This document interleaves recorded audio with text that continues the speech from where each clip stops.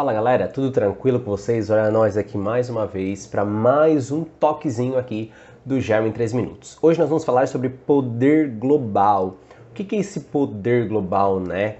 Quais são as características disso que é tão importante para a gente entender como se organiza os territórios geopoliticamente no mundo atualmente. Para isso a gente precisa ver e analisar como é que funcionava as antigas ordens mundiais. O que é uma ordem mundial, né? Uma ordem mundial é quando a gente tem aí um poder, um domínio, geralmente aí de um território, um país, uma nação, um continente, sobre os demais, subjugando os demais. Então a gente tem aí a primeira ordem mundial, né, a velha ordem mundial, que nós temos aí o eurocentrismo, começando pelo período das grandes navegações, em que a Europa começa a disseminar a sua cultura, começa a disseminar as suas ideias por todos os outros continentes, principalmente América, África, Oceania, Sudeste Asiático, e ela vai disseminando isso. Depois aí, com a ampliação dos territórios, na Primeira Guerra Mundial e na Segunda Guerra Mundial.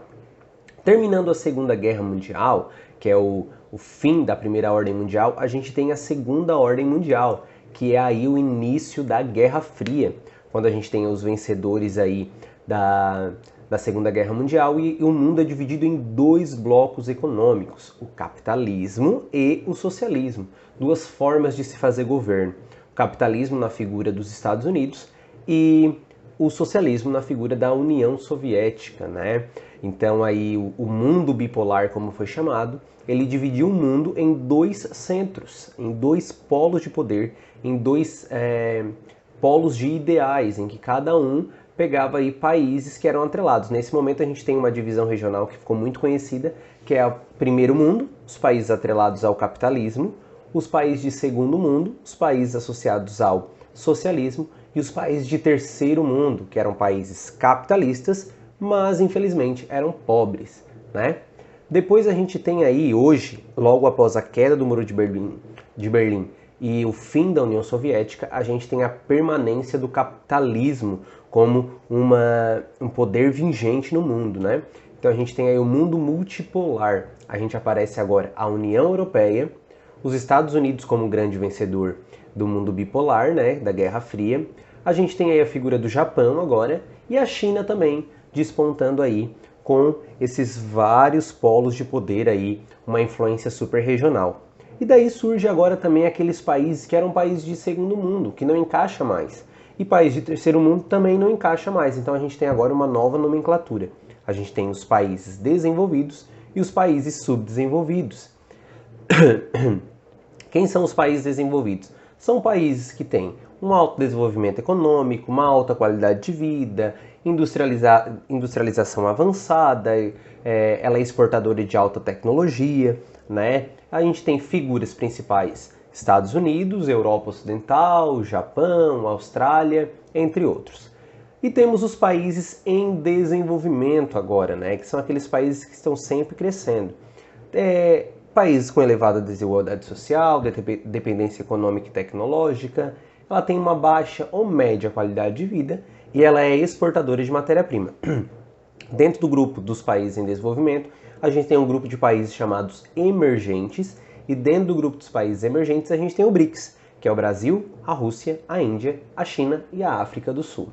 Como é que eu sei o que é um país desenvolvido e um país em desenvolvimento? Através dos indicadores sociais. O principal é o PIB, que é a soma de todas as riquezas produzidas por um local. Depois a gente tem também a paridade do poder de compra, ou seja, a moeda daquele país ela consegue comprar quanto? O que ela consegue comprar? Ela consegue comprar muita coisa? A população desse país tem esse poder de compra? Depois eu tenho o IDH. O IDH é a qualidade de vida daquelas pessoas. As pessoas naquele determinado país, como é que é a educação, qual é o grau de escolaridade, até que ano que essas pessoas estudam, como é que é a taxa de analfabetismo, a saúde, qual é a expectativa de vida daquela população e sim a economia também, qual é o PIB daquela nação. Depois eu tenho o coeficiente de Gini. O que é o coeficiente de Gini? Ele vai fazer aí um contraponto com o IDH. Ele vai trabalhar principalmente a desigualdade social. Ele vai trabalhar qual é o nível de desigualdade social que aquele determinado país tem. A nível de curiosidade, a Ucrânia é o país que tem o melhor coeficiente de Gini, ou seja, onde a população tem praticamente a mesma qualidade de renda. E o pior coeficiente de Gini é a África do Sul. E o Brasil também, aí, embora tendo um excelente DH considerado alto, ele é um dos piores coeficientes de Gini do mundo. Agora olha só, gostou do meu slide? Agora você, professor, colega, você pode ter ele aí na sua aula. Siga @geoem3 no Instagram, que lá nos destaques eu falo como você pode consegui-lo, beleza? Você ainda não segue a nossa página? Segue aqui, segue no Instagram, segue no Facebook, se inscreva aqui no nosso canal, ative o sininho e não esqueça de curtir esse vídeo, hein? Abraço e até a próxima.